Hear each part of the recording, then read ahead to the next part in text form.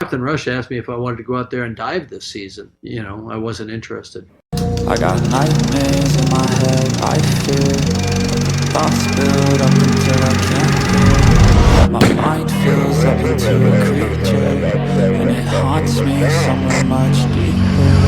I got nightmares in my head, I fear the thoughts build up until I can't hear. That my mind fills up into a creature, and it haunts me somewhere much deeper. Hello and welcome to True Crime Rocket Science, the most authentic voice in true crime. In this contest between the OceanGate CEO Stockton Rush and James Cameron, I'm sure he doesn't need any introduction, we'll be comparing both men in 20 categories, ranging from family history to work ethic, likability, and the ability to work well with others. It's actually not quite as straightforward as you might think it would be. Each time a category is won, they win a point, with 20 points up for grabs. Worth playing for. To keep things fair, we'll be deriving most of our information from the generic Wikipedia pages dealing with Stockton Rush and James Cameron. This is because we want to maintain an even playing field.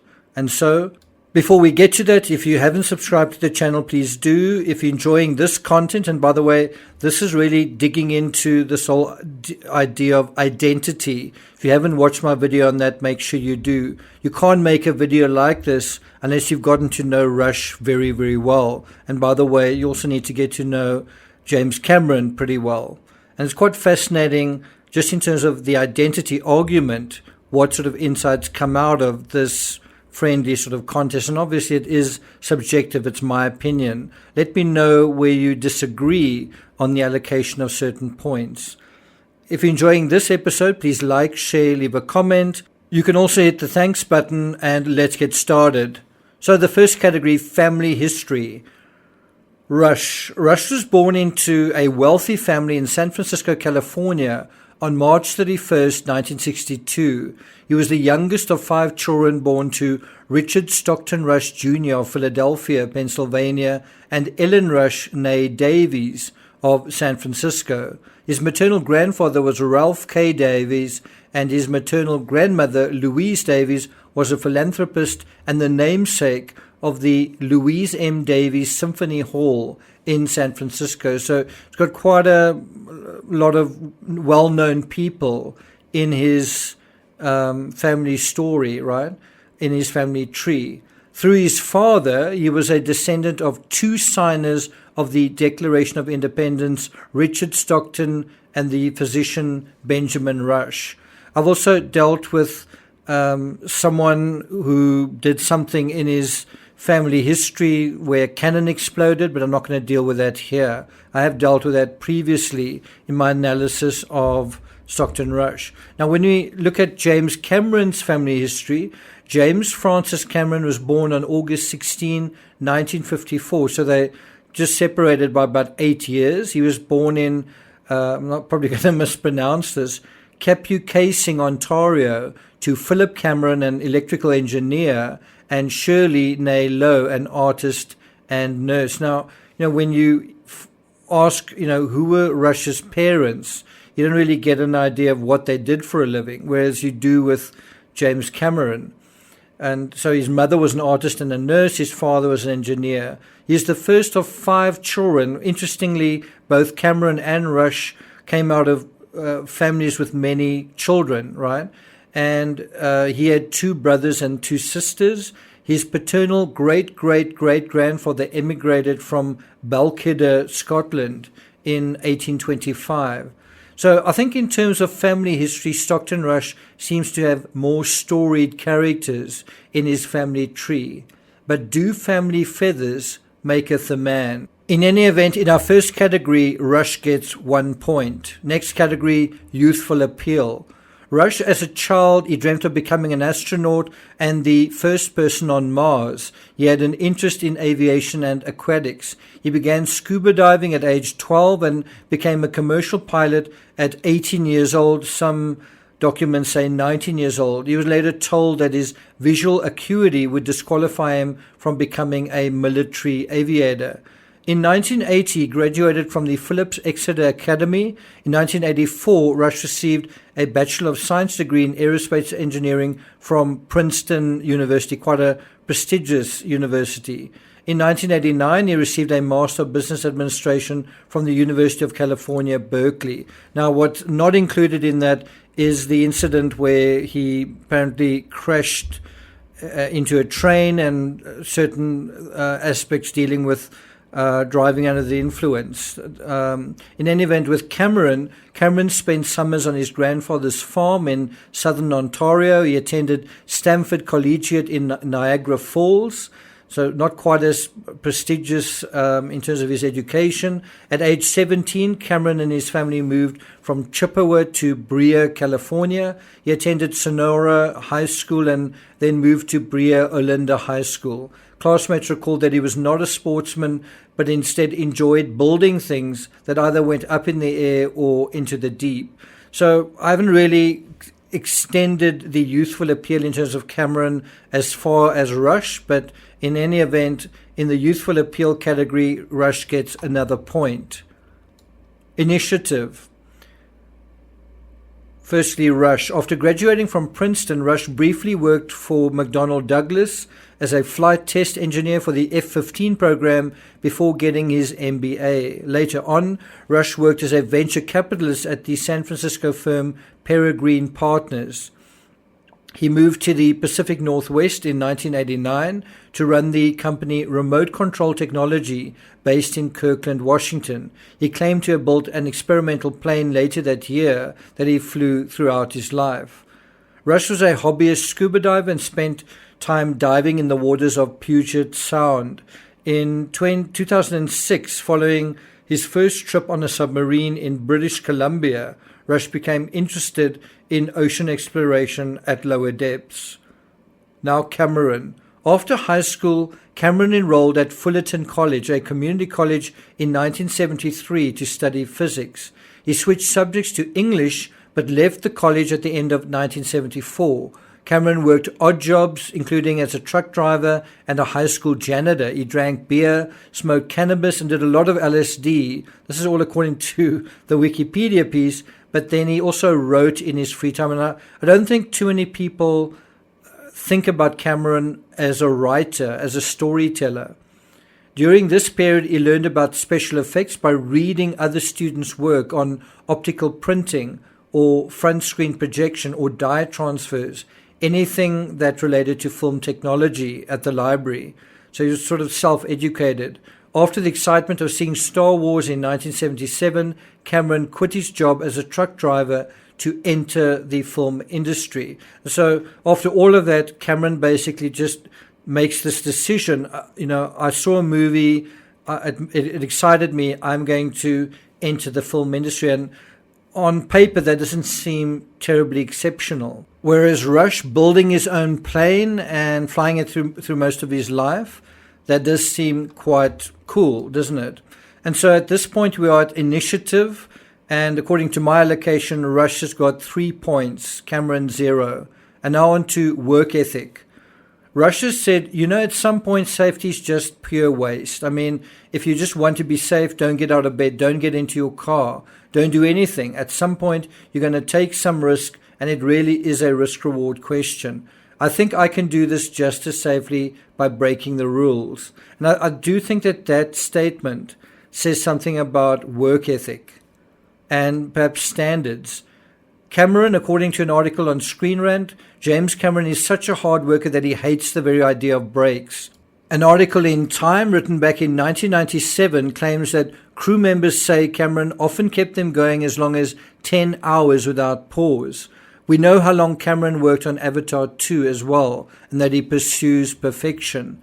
I'm going to go on my gut feel on this one. I think what also justifies Cameron being allocated this point is his net worth, which we'll get to later. You can also look at the effort that went into the Deepsea Challenger. In any event, Rush now has 3 points, Cameron 1.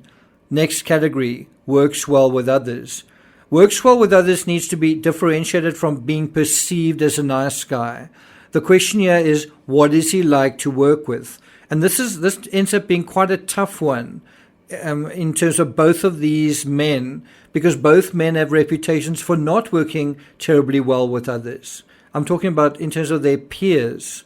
Rush was involved in a lawsuit with one of his ex-employees, but I think what stands out with Rush is this idea, this policy of working with much younger people. I mean, we know that was a stated policy that he told, that he was asked about and that he spoke about. Also, the co-founder of OceanGate doesn't really seem to be physically on board during many, if any, of these missions.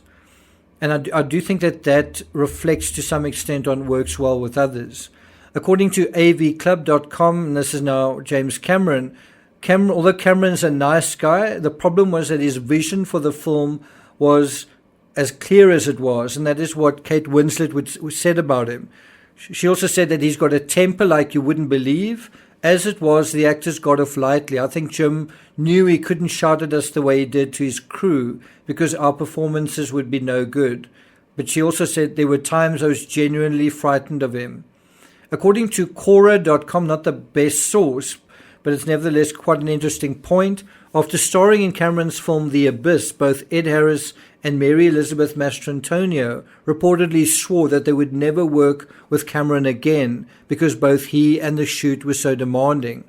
Harris, that's the one actor in the movie The Abyss, very nearly drowned at one point, and this is while shooting some of those underwater scenes, and yet Cameron kept filming. Harris was so furious, he was so infuriated by this, that he apparently punched Cameron in the face. To this day, he refuses to discuss the making of the film. Now, in 2015, Sigourney Weaver and Jamie Lee Curtis both provided different side of the story. They both applauded Cameron in an interview. Curtis said, he can do every other job, meaning other than acting. I'm talking about every single department, from art direction to props, to wardrobe, to cameras. He knows more than everyone doing the job. Remember, this is dealing with work ethic. Curtis also said that Cameron loves actors, and while Weaver referred to Cameron as so generous to actors and also called him a genius. In the end, I think Cameron deserves the point for this because making movies involves working with a bunch of people, including celebrities, to deadlines, and despite some criticism, I think Cameron has succeeded in doing this multiple times. He also receives high praise from the likes of Sigourney Weaver, and we heard what Arnold Schwarzenegger said on the recent Netflix documentary.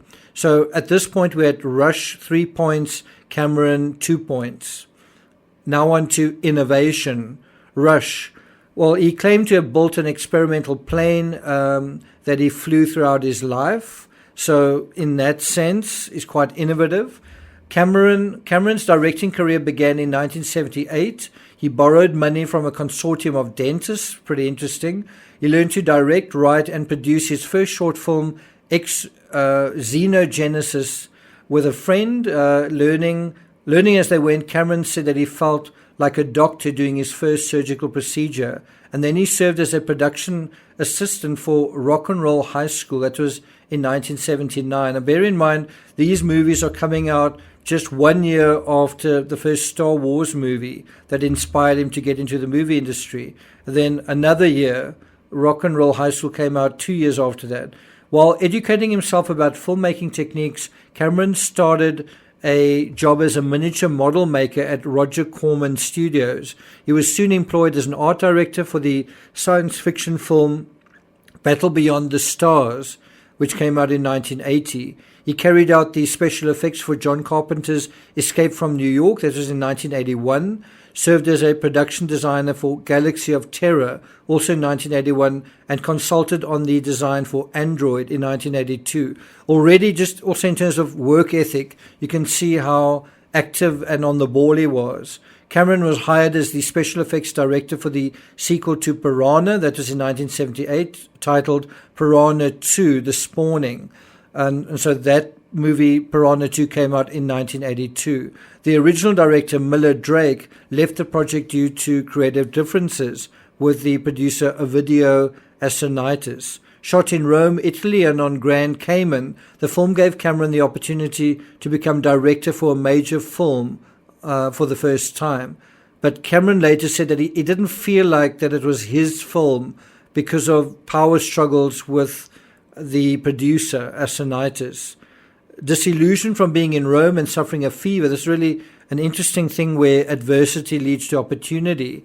He's not in a good place. He's disillusioned. He's unhappy. He's in Rome. He's got a fever. And he has a nightmare about an invincible robot hitman sent from the future to assassinate him. And out of that malaise, out of that sickness, and out of that place, he finds the inspiration for the movie The Terminator. And I always believe that dreams aren't just the image. There's also a kind of narrative metadata that runs with it, an image, where in the dream you know what the image means. In my dream, I knew that all of its outer covering had been burned away by the fire, revealing it as a chrome, what we later termed the endoskeleton. So that is a statement that James Cameron gave to GQ earlier this year, about 9 months ago. So I was in Rome and I was sick. I don't know what with some flu-like virus, and had a bit of a fever, and just had a dream. And it was an image that I remembered when I woke up, an image of a kind of chrome skeleton. Personally, I find that amazing that simply this image, he built this whole story around this image. He sort of started to figure out what this image meant. And, in the same way that this shiny chrome thing came out of the fire, in a weird way, that is what happened to Cameron himself, that he emerged out of this baptism of fire, in terms of difficulty. He emerged as this shiny new force in filmmaking. And so I've got to say, for me, that is very innovative. The fact that Cameron was also the force behind the Deepsea Challenger, a craft that successfully went twice as deep as Titanic, tells you a lot about the caliber of Cameron's ambitions versus Rush. So he gets the point here as well. And so right now it's Rush 3, Cameron 3. And now on to some of the more critical questions. Engineering. Rush began looking into purchasing a submersible, but discovered that there were fewer than 100 privately owned submarines worldwide, and he was unable to purchase one. So he seemed to want to just buy his way into the whole industry. He instead constructed a miniature submersible using blueprints provided to him by a retired U.S. Navy submarine commander. The vessel Rush constructed was 4 meters long and capable of diving to a depth of 10 meters. Following the construction of his miniature submersible, he continued to try to purchase a submersible, including attempting to buy Steve Fawcett's submersible vehicle following Fawcett's 2007 death, but was unsuccessful. I don't think it's necessary to go through the remaining details. I think Rush fancied himself as an engineer, but of course you can't apply aeronautics to the deep ocean. And OceanGate is a cautionary tale of what happens when you do. The fact that he thought you can, I think, tells you a lot about Stockton Rush. Now on to Cameron. In terms of his education, Cameron is probably less qualified as an engineer than Rush, but with 2 crucial differences. Firstly, Cameron became an expert at special effects, which is a kind of hands-on engineering expertise. Secondly, he was humble enough to hire professionals to do the engineering he knew that he wasn't qualified to do, for example, on the Deepsea Challenger, whereas Rush fired or sued those who disagreed with him, and otherwise hired a young staff who didn't dare stand up to him in the workplace. At least that was how I understood that process. So the point for, in terms of engineering, I feel goes to Cameron. Some of you may feel differently about that. Now on to relationships. This is also a tough one. It's a closer contest than you'd imagine, because both men seem to have long relationships with certain people. In Rush's case with his wife Wendy, in Cameron's case with actors and producers, people like Gail Ann Hurd and Arnold Schwarzenegger. James Cameron has been married 5 times. Andrew Gumbel of The Independent says Cameron is a nightmare to work with. Studios fear his habit of straying way over schedule and over budget. He is notorious on set for his uncompromising and dictatorial manner, as well as his flaming temper. I still think Cameron has the edge here, once again, because of Cameron's good long-term relationship with members of the filmmaking community, but also with the submersible community, whereas Rush was seen, rightly, in my opinion, as a rebel, as a kind of a black sheep within the submersible community, flouting tried and tested rules and regulations. I also think the way both men were friends with P.H. Nargile is interesting. My impression is that Rush, knowingly or unknowingly, deliberately or accidentally, seemed to mislead Nargile, whereas Cameron's relationship with Nargile, he was actually friends with him for 25 years, and I somehow suspect that is a longer friendship than Rush had with him. I don't know that for a fact, though. But one somehow sees that Cameron and Nargile are closer in terms of being soulmates, in the true sense of being adventurers and explorers of the deep ocean, whereas on Ocean Gate, he was second to the man in the spotlight, Rush himself. And Rush seemed to be trying to turn it into a money-making venture. That's the perception I had. Anyway, so I think on this score, Cameron gets a point as well, relationships. And now likability. Again, this is subjective. Both men are clearly charismatic, intelligent, and likable. I don't think P.H. Nargile would have stuck around if he didn't like Stockton Rush. One also has a sense from David Pogue from CBS and Mike Rice, the scriptwriter for The Simpsons, that Rush was making kind of a brew of Kool-Aid that tasted pretty good. Hamish Harding was also clearly taken in by Rush's pictures, so were a lot of people. Sam Worthington, the leading man in Avatar, said that if a mobile phone rang during filming, Cameron would nail it to the wall with a nail gun. But clearly, the wider submersible industry didn't seem to like Rush's approach, and James Cameron wasn't necessarily a fan of what he was doing either. And you kind of hear quite a lot of disparaging remarks from some of the big shots in the submersible industry when they talk about Stockton Rush. I also think it's interesting that Rush invited Cameron onto his submersible and Cameron turned him down. I played that at the beginning of this clip. I think a key problem here is Rush's consciousness of likability. He seems to be a joker and a comedian, and one really gets a sense of his sense of humor when he's interviewed with David Pogue. Whereas James Cameron is likable in another way. He's kind of an impressive person.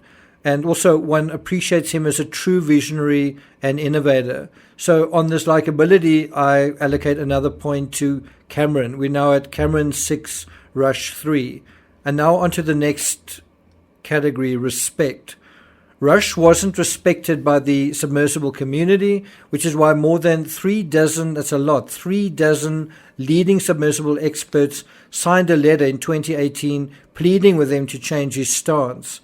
Rush seemed to be a fan of Cameron and also seemed to some extent to be following in Cameron's footsteps, in the submersible sense certainly, except that Rush wanted to commercialize his efforts. I think this is quite an easy one. Respect. Cameron, another point. He's now got 7 points to Rush's 3. And now on to ego. What do we mean by ego? Well, there's good and healthy ego, and then there's bad, delusional, unhealthy ego. And so we want to allocate a point for good ego. And so in this category, that's what we're going to do. I think Rush's primary step, extending the classic sphere shape into a sausage, and then compounding that by using the wrong material for the deep ocean, carbon fiber, and then sticking to this formula despite what the universe was telling him, despite the repeated pleas and emails and arguments that he was getting into. I think these are both symptoms of an overly entitled, know-it-all ego. I think it's the ego that's getting in the way there. I think one of the headlines that best explains what was wrong with Stockton Rush was this one from the New York Post. Doomed Titanic sub CEO didn't want anyone telling him what he couldn't do. And I think those words are a quote from one of the photographers or filmmakers that noticed this about him. After covering the Titan tragedy for several weeks, it wasn't hard to find photos or footage of Stockton Rush because he was always taking credit, promoting the safety and adventure of his innovative submersible. his attitude to safety and his attitude to dismissing those who disagree with him, as well as going on an uncertified experimental craft himself that was crackling and banging all the way down, seemed to suggest an ego had the reins. That ego is probably foundationally attached to his family history. Not saying his family are egotists, but that he derived his ego through the fact that there are big shots in his family. The author Alexandra Keller writes that Cameron is an egomaniac, obsessed with vision, but praises his technological ingenuity at creating a visceral viewing experience. So Cameron also has an ego. I don't think you can achieve a lot without being a little bit arrogant, without having quite a big head or big ideas in your head. It does require bravado to visit the world's deepest trench in the world while cooped up inside a titanium egg.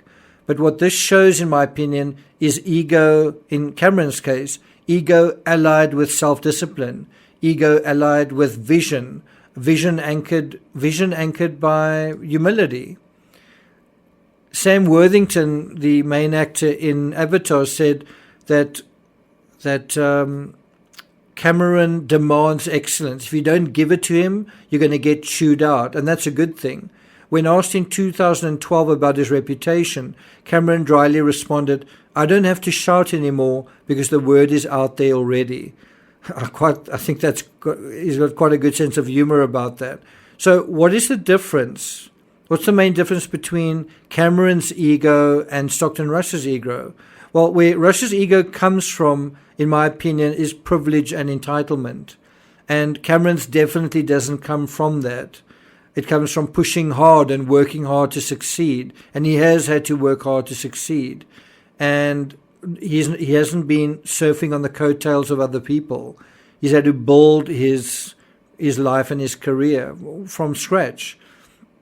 And you kind of get the idea that Cameron's position comes from maintaining high standards. The standards of the Titan left a lot to be desired, despite its CEO, Stockton Rush, making a brouhaha about it. And so in terms of this aspect, ego, in terms of a good ego, I think Cameron also gets the point. We're now at 8-3. Now on to credibility. I think the problem with Stockton Rush was that people trusted and believed him when perhaps they shouldn't have. And does that mean someone's credible? The fact that James Cameron has emerged as an expert to talk about the Titan tragedy in an insightful way, and he has done so in a very measured, fair, reasonable, and as I say, insightful way, I think that settles this category quite simply. Rush 3, Cameron is now at 9 points. Now on to wealth. Stockton Rush's net worth isn't clear. It could be anywhere from $12 million to $50 million. Whatever the true amount is, it's still clearly far less than James Cameron. James Cameron is worth around $800 million. Cameron's wealth is all the more amazing given his fairly ordinary family history and upbringing in all the way, back to Chippewa, Ontario. We're now at Cameron 10 points, Rush 3. Now on to financial management. I might be biased in this respect because you heard someone earlier saying that Cameron is terrible with financial management. But on the other hand, we know the end game of OceanGate. We know that OceanGate is now a company that no longer exists, that the company has closed shop, that, after the Titan tragedy, OceanGate is no more. But was it ever a successful enterprise? We know that several prospective tourists paid and either wanted their money back afterwards or weren't able to get what they paid for when they pitched up. Rush told David Pogue in 2022 that OceanGate had yet to turn a profit after being in business for 13 years. In his 14th year, this year, it's likely it was still far from making a profit. Cameron isn't the best financial manager. He's gone seriously over budget on several films. But whatever his faults, over a long period, Cameron has delivered the goods, more than delivered the goods, while Stockton Rush's OceanGate has stuttered and struggled. So another point to Cameron, 11 points to Cameron, Rush 3. And now onto the next category, obeys the rules. Both Rush and Cameron are innovators, and innovation does have to do with sometimes breaking the rules, knowing which rules to bend or push, and to some extent doing things your own way. And you get the idea that on set, Cameron is very much an individual. He knows what he wants. He does things his own way. Now, making or breaking rules in finance or venture capital is completely different to making your own rules in an unforgiving environment like the deep ocean. So we want to look at this idea of honoring the laws of nature and staying true to scientific reality in this area. And that must be especially tricky if you're also trying to be innovative. So I think the real test here is humility. It's related, again, to ego. Do you obey the important rules governing where you are, how you are operating in a particular space, and what it means to be a good human being, or are you an arsehole? While giving a masterclass during a break from his work on the Avatar sequels, Cameron acknowledged his past demanding behavior, opining that if he could go back in time, he would improve the working relationship with his cast and crew members by being less autocratic, by thinking of himself not thinking of himself as a tin pot dictator. Cameron stated that when he visited one of Ron Howard's sets, this is quite funny, he was dumbfounded at how much time Howard took to compliment his crew, aspiring to become his inner Ron Howard. And so in terms of this whole idea of obeying the rules, I see Cameron as a more genuine person in this respect, where Stockton Rush seemed to be more of a pitchman and a salesman. Cameron 12 points, Rush 3. Now on to biggest achievement. It's hard to know where to start when it comes to James Cameron's achievements. His films have been nominated for 45 Academy Awards and he's won 22. He's visited Titanic around 33 times. Is that number about right? He's one of the person who's visited the Titanic the most in the world. I think one of the few people who visited it more was Nargile, either 37 or 38 times, 4 or 5 times more than James Cameron. In March 2012, so 11 years ago, James Cameron set a world record for spending the most time alone in the deepest part of the ocean, the Mariana Trench. He also discovered new species of sea cucumber, squid worm, and amoeba. Now on to Stockton Rush's biggest achievement. Stockton Rush became the youngest jet transport rated pilot in the world when he was 19, according to his own biography on the OceanGate website, which has since been taken down. All claims to fame regarding the Titan submersible, I think, have to be seen in context with what ultimately happened to it and him inside it. Biggest achievement goes to Cameron, 13 points now, Rush 3. And now on to worst blunder. And so obviously when you're talking about worst blunder, the person with the worst blunder doesn't win the point. It's the person with the worst blunder that's less bad than the other. So this one's obvious for Stockton Rush. It's the implosion of the Titan submersible. Upon the release, and now we go into Cameron, after the release of Piranha 2, critics weren't impressed with Cameron, and arguably that was his worst blunder, Piranha 2, The Spawning. Some have said that in the movie Titanic that Jack could have climbed onto the big piece of wood and survived. I'm being a little bit tongue-in-cheek here. But anyway, another blunder was the Deepsea Challenger catching fire en route to being exhibited in Australia. That was after it had dived down. But that is hardly Cameron's fault. So again, the point goes to Cameron, 14, Rush 3. Titan versus Deepsea Challenger. This is really getting to the meat and potatoes of our discussion. I'm not going to go into this in a lot of detail. I don't know if one can really compare a poorly designed and badly engineered craft intended to bus tourists to Titanic in pretend scientific missions and the craft that successfully navigated to twice the depth of Titanic on multiple occasions. So in a very basic sense, one craft survived and the person who piloted it, and he succeeded in what he was trying to do, and thus that craft is fit for purpose, while the other did not. So now we're at 15 points for Cameron, Rush 3. And now on to creativity, and I think that's quite an interesting question. Now bear in mind, James Cameron doesn't simply direct films, he writes them as well. One of Cameron's best movies arguably is Aliens, in which he takes the character Ripley, which is inherited from the first Alien movie. Just think about the creativity in terms of the storytelling. He strips Ripley of all her agency, and then he gradually builds her up so that by the end of the movie she's this incredible tiger fighting for her cub. We also know that while suffering a fever, I've said this before, Cameron had a nightmare about an invincible robot hitman sent from the future to assassinate him, which later led to the inspiration of The Terminator. I find this very creative. Stockton Rush, on the other hand, seemed to get his ideas for his sub from others, and with us, in a sense, derivatives, and not in a good way. Rush also seemed to be modeling himself on fictional characters like Captain Kirk, whereas Cameron, while inspired by other directors like George Lucas, real people, nevertheless found his own voice and did things his own way. James Cameron has also said that within the fabric of all his movies is a love story, which I think is also a very creative and affirming way of telling the stories that he tells. So in terms of creativity, another point to Cameron, we're now at 16 versus 3 for Rush. Now on to the next concept, self-made man. In 2015, Sigourney Weaver and Jamie Lee Curtis both applauded Cameron in an interview. Curtis remarked, "He can do every other job other than acting."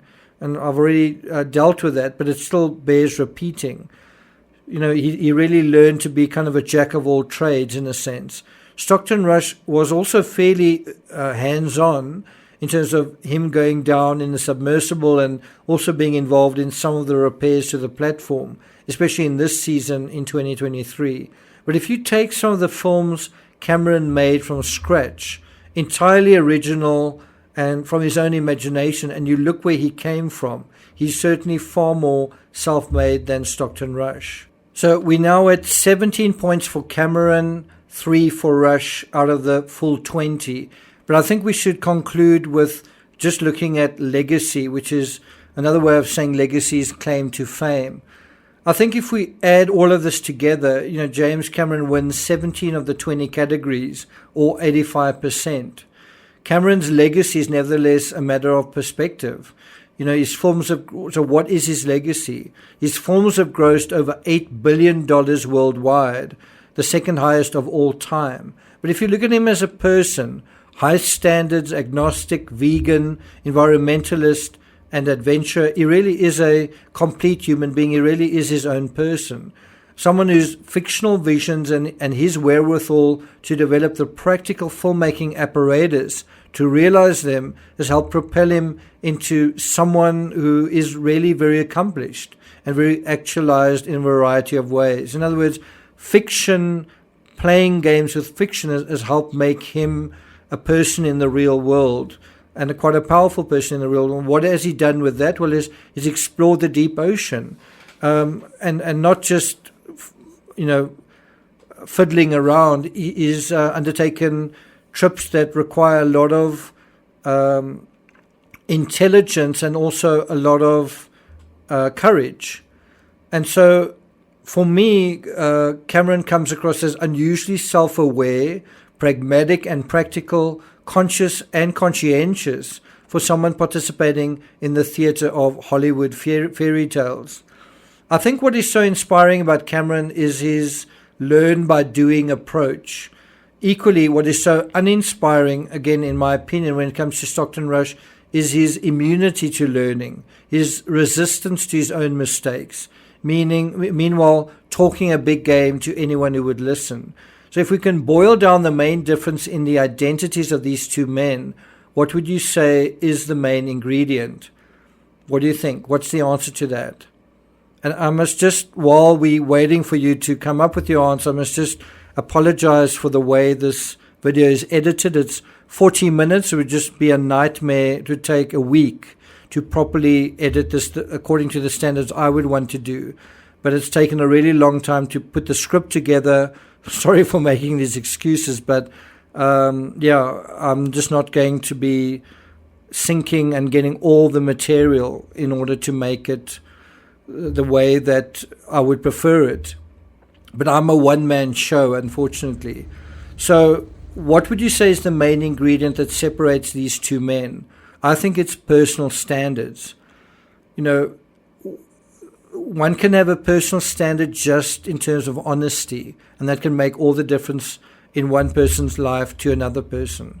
So what do you think? Can something as simple yet difficult as having high standards for yourself, or higher standards, you have standards for yourself and then you raise them, and high standards for others who work for you, or higher standards for others that work for you, compared to somebody else?